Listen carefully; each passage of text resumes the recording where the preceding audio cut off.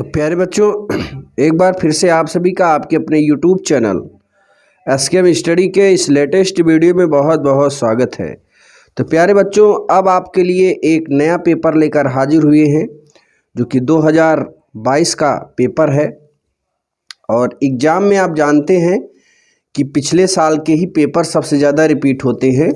यानी अगर आप पिछले साल के पेपर लगभग मान लीजिए कि अगर आप हमारे साल पेपर 2022 और 2021 को तैयार कर लीजिए तो इससे आपका 70% क्वेश्चन फंसना ही फंसना है। और थोड़ा स्कूल कॉलेज से आप जरूर पढ़े होंगे तो उसका अगर हम 20% ले लें तो हमारे पास कुल 90% एग्ज़ाम में चांस है अच्छा खासा नंबर लाने का। बहुत ही कम तैयारी में, बहुत ही कम मेहनत में आप लोग अच्छा नंबर पा सकते हो। लेकिन दोस्तों, उसके लिए भी एक कोर्स की ज़रूरत है आपको, जो कि यहाँ पर है। दोस्तों, अगर आप एग्ज़ाम में 90+ ले आना चाहते हैं तो हमारे हर सब्जेक्ट के 7 सेट, अब तो आपको हर सब्जेक्ट के 8 या 9 सेट मिल जाएंगे। ठीक है, बस इस नंबर पे आप कंफर्म कर लीजिएगा व्हाट्सएप या कॉल करके। अगर आपको सारे सब्जेक्ट लेने हैं 2021 के भी 120 रुपये पेमेंट करने पड़ेंगे। अगर आप 2022 के लेना चाहते हो केवल तो 105 रुपये पेमेंट करने होंगे।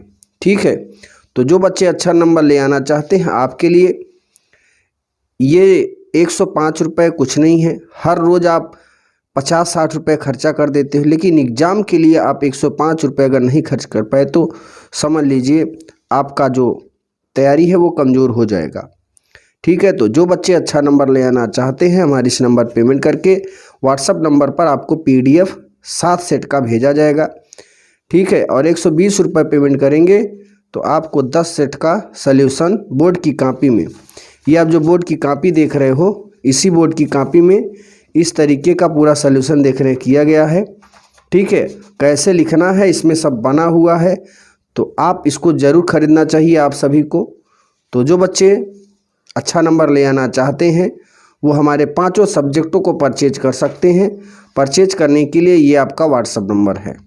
ठीक है, इसी पर पेमेंट भी करना है और इसी पर आपको बात भी करना है, ये सारा नंबर यही है। ठीक, तो आपको इसी पर पेमेंट करके उसके बाद आपको आपका सारा सल्यूशन इस नंबर पर भेज दिया जाएगा। ठीक है, तो चलिए जो भी डाउट होगा इस नंबर पे आप बात कर सकते हैं। और अब इस पूरे PDF का, इस पूरे कॉपी का सल्यूशन करेंगे पूरे पेपर का। ठीक है, और पेपर्स के सल्यूशन करने के बाद इसका जो दोस्तों PDF होगा वो आपको एसकेएम स्टडी टेलीग्राम चैनल पर मिल जाएगा। ठीक है, इस पूरे वीडियो का जो सल्यूशन है, जो बच्चे इसका PDF लेना चाहते हैं वे जाके एसकेएम स्टडी से डाउनलोड कर सकते हैं इसका PDF। वहाँ पे आपको टेलीग्राम पर इसका PDF उपलब्ध होगा।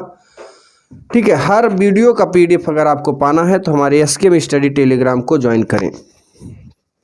चलिए वीडियो को शुरू करते हैं बिना किसी देरी के। दोस्तों, जब आप एग्जाम में बैठोगे तो इस तरीके से बोर्ड कॉपी मिलेगी और इस बोर्ड कॉपी को कैसे भरना है देखिए, एक मॉडल हम आपको दे रहे हैं। जैसा कि यहाँ पर देखिए ये ऑलरेडी भर के रखा हुआ है दोस्तों, ये। ठीक, जैसे ये है आपका पेपर और इस पेपर में 10 अंक का रोल नंबर आपको आएगा एग्जाम में भरने के लिए। तो रोल नंबर हम एक पेपर ले लेते हैं, ये ऐसे पेपर मिलेगा। ठीक, ये तो इंग्लिश का पेपर है बट यहाँ पे हम सल्यूशन करेंगे हिंदी का। तो इस तरीके से आपको पेपर मिलेगा, ये कॉपी है। अब कॉपी कैसे भरेंगे तो देखिए 2022 में जो बच्चे एग्जाम दिए थे 10 अंक का रोल नंबर है। अब ये 10 अंक का रोल नंबर यहाँ पे भरना पड़ेगा। ठीक, तो यहाँ पे 10 अंक का रोल नंबर मैंने कंप्यूटर से भरा है बट आपको पेन से भरना है, खाली रहेगा सब। ठीक, ब्लैंक कॉपी रहेगी। जिस तरीके से आप देखो ये ब्लैंक कॉपी है ना, यहाँ पे कुछ नहीं लिखा है, बस इसमें मैंने ये भी सॉल्यूशन किया है 2023 के पेपर का। ठीक, तो चलिए अब शुरू करते हैं बिना किसी देरी के। और यहाँ पे सामान्य हिंदी देखो, ये अंकों में रोल नंबर लिखने के बाद आपको शब्दों में रोल नंबर लिखना है 2 3 2 5 2 3 5 4 5 0। ये आपका शब्दों में हो गया। ठीक, उसके बाद दोस्तों विषय आपको लिखना है, जो विषय आपका होगा, जिस विषय का आप एग्जाम देंगे यहाँ पे विषय का नाम लिख देंगे। प्रश्न पत्र में हमेशा केवल प्रश्न पत्र लिखना और प्रश्न पत्र पर अंकित संकेतांक यहाँ पे डालना। देखो संकेतांक कहाँ होता है, हर पेपर का दाहिने साइड में जो मोटे अक्षरों से लिखा है, हिंदी वर्णमाला अंग्रेजी वर्णमाला दोनों से, वही संकेतांक होता है। जैसे हम और पेपर दिखा दें, देखिए ये संकेतांक, हर पेपर में संकेतांक होगा, ये है, तो यही संकेतांक, ये वाला संकेतांक मत मानना, ठीक। अब देखिए, तो ये संकेतांक हो गया। फिर परीक्षा का दिन जो भी होगा यहाँ पे लिखेंगे। परीक्षा तिथि एवं पाली, परीक्षा तिथि, जिस तिथि को परीक्षा होगी उस तिथि का नाम यहाँ डेट डाल देनी है। उसके बाद पाली, आप दूसरी मीटिंग से परीक्षा देंगे 2 बजे से, तो याद रखना कि यहाँ द्वितीय पाली लिखना है। प्रथम पाली से दे रहे हैं यानी 8 बजे से, तो यहाँ प्रथम पाली लिखना। फिर केंद्र का नाम, जिस केंद्र में आप परीक्षा दे रहे हो उसी केंद्र का नाम यहाँ पे डाल देना है। तो अब देखिए दोस्तों, अब इस पूरे पेपर्स का सलूशन कर लेते हैं बहुत ही आसान तरीके से, ठीक है। तो दोस्तों जो नए हैं वो चैनल से जुड़े, चैनल को सब्सक्राइब करें। आशा करते हैं आपको वीडियो जरूर अच्छा लगेगा, तो लाइक करिए। अब प्यारे बच्चों देखिए, इस पेपर का हम लोग सलूशन करेंगे। तो ये हमारा प्रीवियस ईयर पेपर 2022 का है, जो कि मैंने अंसाल से निकाला हुआ है। डीक्यू पेपर है, संकेतांक डीक्यू है, मतलब ये जो पेपर है ये आपका यही है 2022 का ही, बट अंसाल से निकाला गया है, तो कुछ इस तरीके से हो गया है ना।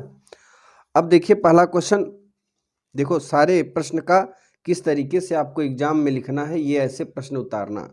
यानी पहले आपको देखो यहाँ पे खंड क लिखा है ना, खंड क, तो खंड क लिखना है। उसके बाद 1 नंबर क ख ग ऐसे लिखा है, तो प्रश्नोत्तर डालना। यहाँ देखो खंड क लिखने के बाद प्रश्नोत्तर संख्या 1 का क, फिर प्रश्नोत्तर संख्या 1 का ख, देख रहे हो ना, प्रश्नोत्तर संख्या 1 का क, फिर इसको लिखना उत्तर, फिर प्रश्नोत्तर संख्या 1 का ख, ऐसा प्रश्नोत्तर संख्या 1 का ग, 1 का घ, 1 का अंगा, ऐसे लिखना है जैसा कि यहाँ पे लिखा हुआ है, ठीक। एग्जाम में ऐसे लिखना है आपको कॉपी। दूसरी चीज आपको उत्तर बता देते हैं कि वासुदेव शरण अग्रवाल की कृति है। तो देखिए वासुदेव शरण अग्रवाल की जो कृति है वो माता भूमि होता है। कौन सा होता है दोस्तों? माता भूमि।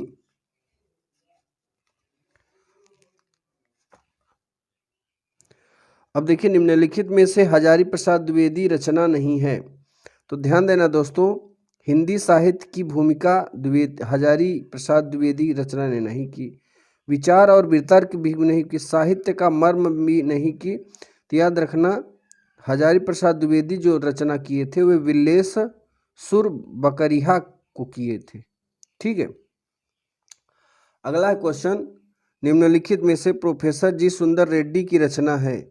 तो याद रखना दोस्तों, प्रोफेसर जी सुंदर रेड्डी की रचना किसे? मेरे विचार को जो है प्रोफेसर जी सुंदर रेड्डी ने रचना की थी, ठीक है।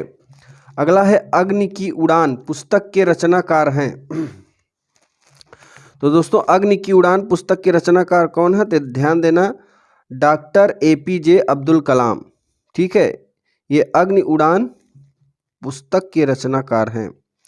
अगला है फणीश्वर नाथ रेणु की कृति ढूमरी किस विधा पर आधारित है?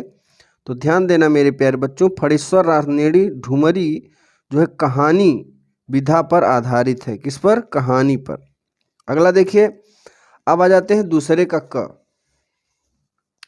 यहाँ पे पहले का क ख ग मैंने सारे प्रश्न आप स्क्रीनशॉट ले सकते हैं यहाँ पर, और फिर आगे बढ़ेंगे। देखो एग्जाम में कैसे लिखना है यहाँ पे मैंने पूरा दिखा दिया है। अब देखो अगला, 1 का अंगा यहाँ पे है, ये मैंने पहले से पढ़ दिया है। फिर दूसरे का क, रस कलश किसकी रचना है? तो देखो दोस्तों, रस कलश जो है अयोध्या सिंह उपाध्याय हरियौध की रचना है। दूसरे का क प्रश्नोत्तर संख्या दूसरे का घ प्रश्नोत्तर संख्या दूसरे का ग।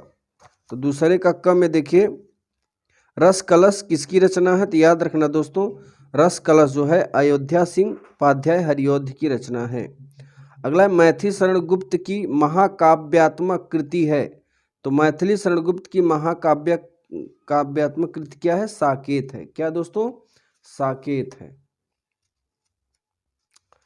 चलिए अब आगे देखेंगे, निम्नलिखित में जयशंकर प्रसाद की काव्य कृति नहीं है। तो याद रखना दोस्तों, जयशंकर प्रसाद की काव्य कृति क्या नहीं है? इत्यलम। क्या नहीं है दोस्तों? इत्यलम जो है जयशंकर प्रसाद की काव्य कृति नहीं है। ठीक, अगला है, यहाँ देखिए ग, पहले का दूसरे का ग यहाँ पे है, इत्यलम लिखा हुआ है। जो उत्तर है ना वही लिखना है एग्जाम में, प्रश्न उतारने की कोशिश मत करना। चलिए अब दूसरे का घ देखते हैं। अब आगे देखो मेरे प्यारे बच्चों, जरा ध्यान देना। दूसरे का घ है, ये सुमित्तानंदन पंत की सोवियत लैंड नेहरू पुरस्कार किस कृति पर मिला था? तो ध्यान देना दोस्तों, सुमित्तानंदन पंत को सोवियत लैंड नेहरू पुरस्कार जो है लोकायतन पर मिला था। किस पर मिला था दोस्तों? लोकायतन पर। अगला है, निम्नलिखित में से सच्चिदानंद हीरानंद वात्स्यायन का काव्य संकलन है। तो ध्यान देना, सच्चिदानंद हीरानंद का दोस्तों काव्य संकलन किसमें होता है? हरी घास पर क्षण भर। ठीक, हरी घास पर क्षण भर। अब आगे देखिए, दिए गए गद्यांश पर आधारित निम्नलिखित प्रश्नों के उत्तर दीजिए। देखिए 2 गद्यांश होते हैं। ठीक, जरा ध्यान देना दोस्तों, 2 गद्यांश होते हैं। एक गद्यांश तो ये है और एक गद्यांश अथवा के नीचे है। तो दोनों में से कोई एक करना है आपको एग्जाम में, और एक गद्यांश में 1 2 3 4 5 उत्तर देने होते हैं। तो मैंने जो गद्यांश किया है ये वाला नहीं किया है, ये वाला किया है। ठीक, भूमि का निर्माण देव ने किया, वह अनंत काल से है, उसके भौतिक रूप सौंदर्य और समृद्धि के प्रति सचेत होना हमारा आवश्यक कर्तव्य है। भूमि के पार्थिव स्वरूप के प्रति हम जितने अधिक जागृत होंगे उतना ही हमारी राष्ट्रीयता बलवती हो सकेगी। यह पृथ्वी सच्चे अर्थों में समस्त राष्ट्रीय विचारधाराओं की जननी है। जो राष्ट्रीयता पृथ्वी के साथ नहीं जुड़ी वह निर्मल होती है। राष्ट्रीयता की जड़ें पृथ्वी में जितनी गहरी होती उतना ही राष्ट्रीय भावों का अंकुर पल्लवित होगा। इसलिए पृथ्वी के भौतिक रूप की अद्योपांत जानकारी प्राप्त करना, उसकी सुंदरता, उपयोगिता और महिमा को पहचानना आवश्यक धर्म है। अब देखो दोस्तों, ये जो गद्यांश है इसका क्या क्या निकालना है? भूमि का निर्माण किसने किया और वह कब से है? दूसरा, यह पृथ्वी सच्चे अर्थों में किसकी जननी है? तीसरा, पार्थिव और अद्योपांत शब्दों का अर्थ स्पष्ट कीजिए। चौथा है, रेखांकित अंश की व्याख्या कीजिए। और पांचवा है, प्रत्येक गद्यांश के पाठ शीर्षक और लेखक का नाम। अब देखते हैं हम तीसरा।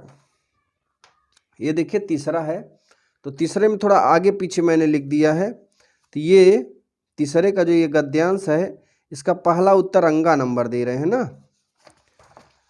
अंगा नंबर है, जरा ध्यान देना। प्रस्तुत गद्यांश की शीर्षक है राष्ट्रीय स्वरूप तथा इसके लेखक हैं वासुदेव शरण अग्रवाल। ठीक है, तो ये हमारे तीसरे का अंगा नंबर क्लियर होता है। अब रेखांकित अंश की व्याख्या, तो देखो रेखांकित अंश की व्याख्या में हम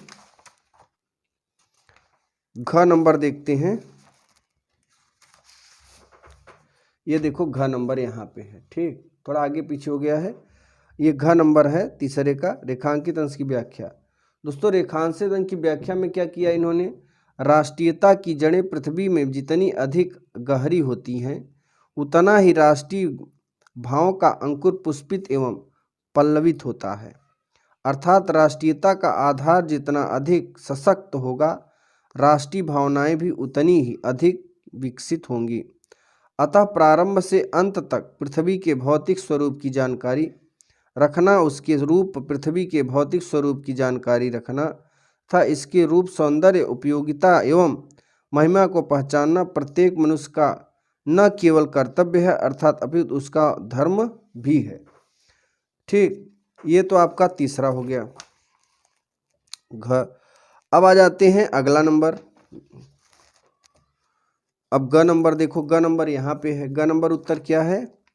पार्थिव और अद्योपांत शब्दों का अर्थ स्पष्ट कीजिए। पार्थिव, देखो भूमि के पार्थिव स्वरूप के प्रति जागरूक होने पर परिणाम राष्ट्रीयता की भावना की प्रबलता है। अब आ जाते हैं ख नंबर। यह पृथ्वी सच्चे अर्थों में किसकी जननी है? तो दोस्तों यह पृथ्वी सच्चे अर्थों में किसकी जननी, यहाँ पे देखिए यह पृथ्वी सच्चे अर्थों में समस्त राष्ट्रीयता विचारधाराओं की जननी है। किसकी है? समस्त राष्ट्रीयता विचारधाराओं की जननी होती है। अब देखिए ग नंबर, ग नंबर जरा ध्यान देना मेरे प्यारे बच्चों। ग नंबर है, अब इसको हम क्या देखते हैं, भूमि का निर्माण किसने किया और वह कब से। ठीक है, तो देखो दोस्तों, भूमि का निर्माण देव ने अनंत काल से किया है। किसने किया है? देव ने अनंत काल। अब आ जाते हैं चौथे का आंसर देखने। दोस्तों चौथे का आंसर कैसे निकलेगा? देखिए ये आपने अभी गद्यांश पढ़ा, अब आ जाते हैं पद्यांश में। ठीक है, तो दिए गए पद्यांश पर आधारित निम्नलिखित प्रश्नों के उत्तर दीजिए। मेरे प्यारे नव जलद से कंज से नेत्र वाले जाके आए मधुवन।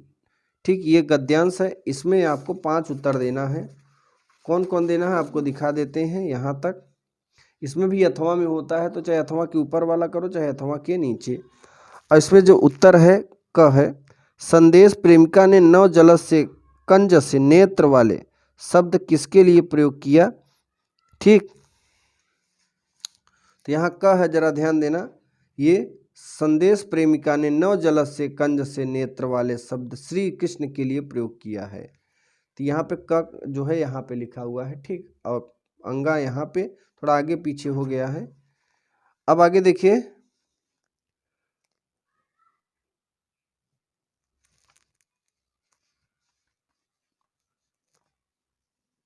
बापू ने पशुता के पंकज को क्या बना दिया।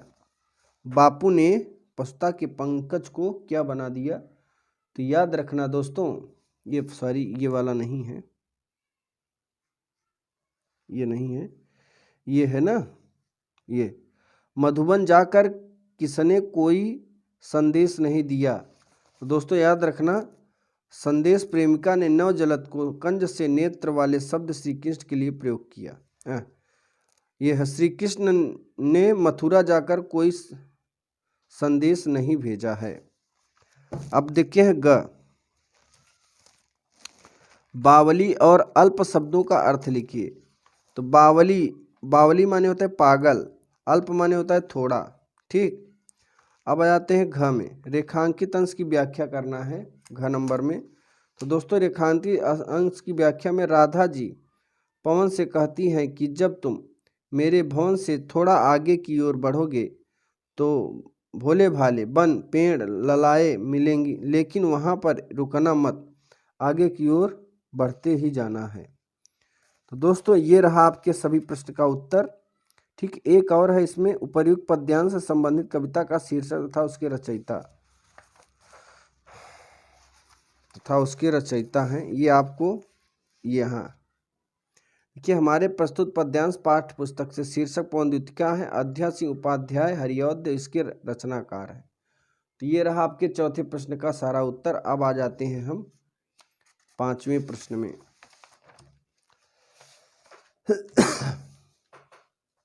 दोस्तों 5वां नंबर प्रश्न देख लेते हैं। देखिए 5वां है, निम्नलिखित में से किसी एक लेखक का साहित्य परिचय देते हुए उनकी प्रमुख कृतियों का उल्लेख कीजिए। अधिकतम शब्द 80 शब्द में लिखना है। तो डॉक्टर APJ अब्दुल कलाम का यहाँ पे लिखा हुआ है, यानी क का तीसरा नंबर। ठीक है, 5वें क का तीसरा नंबर, साहित्य डॉक्टर APJ। याद रखना 5 नंबर का क्वेश्चन है, तो आपको कम से कम 2 पेज जरूर लिखना है प्यारे बच्चों, याद रखना। या फिर शॉर्ट शब्द में आप ऐसा लिखिए कि एक ही पेज में सारी चीज़ें हो जाएं।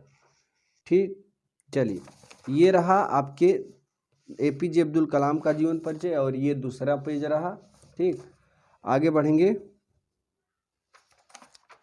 अब आ जाते हैं कवि के जीवन परिचय में। कवि का 5वें का ख, मैथिली शरण गुप्त, यानी कवि का जीवन परिचय में मैथिली शरण गुप्त का जीवन परिचय यहाँ पे लिखा हुआ है। देखो ये मैथिली शरण गुप्त का जीवन परिचय 2 पेज में मैंने लिखा हुआ है, क्योंकि 5 अंक का क्वेश्चन है, तो कम से कम 2 पेज जरूर ही लिखना है। और कभी कभार बच्चे कहते सर मटेरियल नहीं है तो कहाँ से लिखें। तो अच्छा अगर लिख रहे हो एक भी पेज है तब भी आपका 5 नंबर पक्का है, बट राइटिंग सही होना चाहिए, जो शब्द लिखा है वो सही होना चाहिए। ठीक, जरूर नहीं कि आप कॉपी भरेंगे तभी आप नंबर पाएंगे। 6 नंबर देखिए, पंचलाइट अथवा बहादुर कहानी। तो एग्जाम का ये जो पॉइंट है पंचलाइट और बहादुर, ये तो 100% गारंटी है दोस्तों कि इसमें आना ही आना है। ठीक, तो आप पंचलाइट या फिर बहादुर रट लो। ठीक, या ध्रुव यात्रा अथवा बहादुर। तो सभी लोग ये पंचलाइट देखिए, यहाँ पे पंचलाइट का पूरा सारांश यहाँ लिखा हुआ है। फटाफट सभी बच्चे स्क्रीनशॉट लें। कथानक, ये देखिए दूसरा पेज, उद्देश्य। ठीक, ये सारा कुछ लिखा हुआ है। अब आ जाते हैं 7वें नंबर में। 7वां नंबर क्या है? स्वपठित खंड काव्य के आधार पर किसी एक खंड के प्रश्न का उत्तर दीजिए। अब देखिए, अगर आप प्रयागराज के हैं तो आपको आलोक वृत्त लिखना होगा। ठीक, आलोक वृत्त, रश्मि रथ, हर जगह का अलग अलग होता है। ये आपके विद्या क्वेश्चन बैंक या किसी भी क्वेश्चन बैंक में मिलेगा। तो आलोक वृत्त खंड काव्य के आधार पर गांधी का चरित्र चित्रण, 2 है ना, अथवा के ऊपर अथवा के नीचे, तो ये कर लो चाहे ये कर लो। तो यहाँ देखो 7वें का हमने तो सब लिखा है, 7वें का क भी लिखा है, 7वें का ख भी लिखा है और 7वें का ग भी लिखा है, लेकिन एग्जाम में आपको केवल एक ही लिखना है, आलोक वृत्त। ओके, आलोक वृत्त 7वें का घ जरूर लिखना मेरे प्यारे बच्चों। ठीक, चलिए अब 8वें नंबर में आ जाते हैं। 8 नंबर में दिए गए संस्कृत गद्यांशों में से किसी एक का संदर्भ हिंदी में अनुवाद लिखिए। तो 2 में से एक लिख सकते हो, चाहे ये लिख दो चाहे ये। तो मैंने ये लिखा है, ये वाला नहीं लिखा है। यहाँ आप देखिए संस्कृत में अनुवाद पूरा लिखा हुआ है, फटाफट आप स्क्रीनशॉट ले सकते हैं। अब 9वें का क में आ जाते हैं। 9वें का क है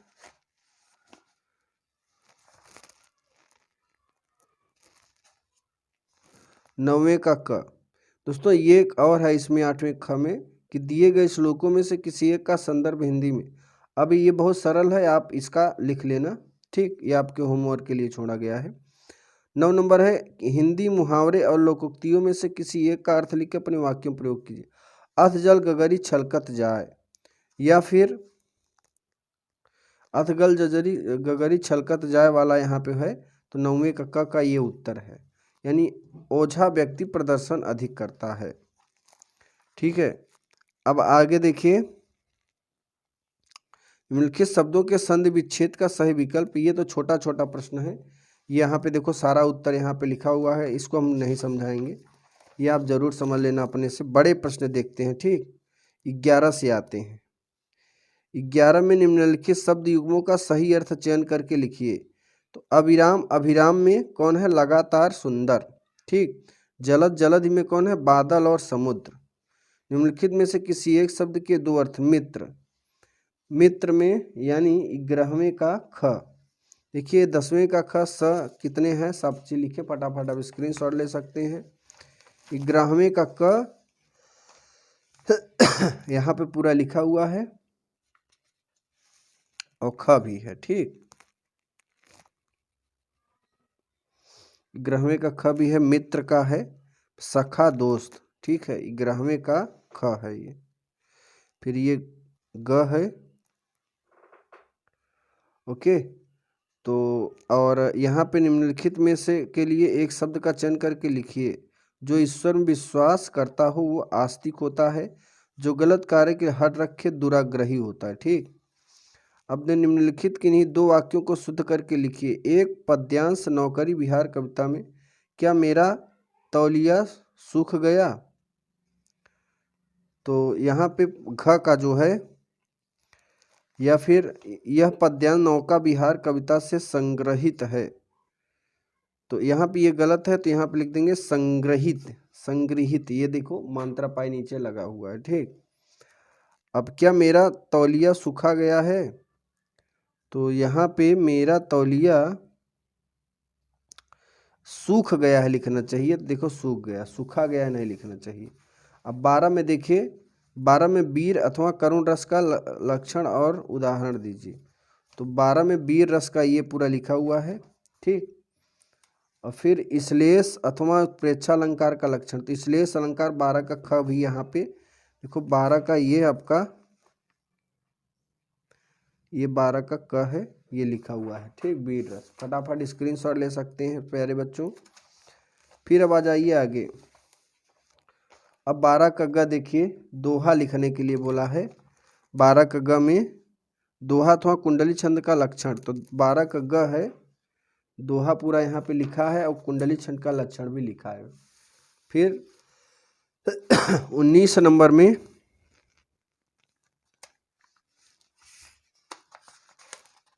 तेरह नंबर देख लेते हैं दोस्तों। 13 नंबर, कृषि यंत्र की दुकान खोलने के लिए बैंक शाखा प्रबंधक आवेदन पत्र लिखना है, इसमें ऋण का मांग किया गया। देखिए, बैंक शाखा प्रबंधक को जब भी किसी काम के लिए पत्र लिखना पड़े तो यही पत्र देख लेना आप लोग। आप इसका स्क्रीनशॉट ले सकते हैं, अपने फ़ोन में सेव कर सकते हैं, क्योंकि आने दिन हर रोज़ जो है बच्चों को कुछ ना कुछ वहाँ पे जाना है पड़ता है बैंक में। ठीक, तो जब भी आपको कोई प्रॉब्लम होगी पासबुक से रिलेटेड, मनी से रिलेटेड, तो जो मैंने अभी बताया है लेटर पत्र, वो लिख लेना, उसे समझ लेना। फिर 14 नंबर में देखिए, 14 नंबर में क्या है दोस्तों, निम्नलिखित विषय में से किसी एक पर अपनी भाषा में निबंध लिखना। तो कृषि जीवन प्रसादी यानी किसान जीवन त्रासदी के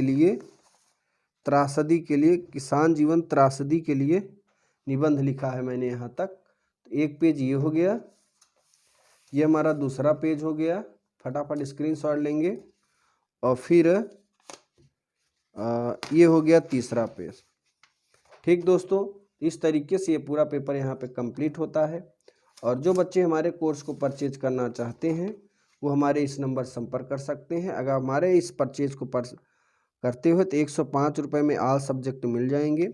ठीक है, अगर आपको 90% ले आना है तो 105 रुपये आपके लिए कुछ नहीं है। ये परचेज करके अपना मन लगा के पढ़ाई करिए। बाकी जो भी प्रॉब्लम होगी वो कमेंट बॉक्स में कमेंट करके ज़रूर बताइएगा। आशा करते हैं दोस्तों वीडियो जरूर अच्छा लगा तो लाइक करिए, चैनल को सब्सक्राइब करिए। अगले वीडियो में फिर से मिलेंगे, तब तक के लिए जय हिंद, जय भारत, वंदे मातरम।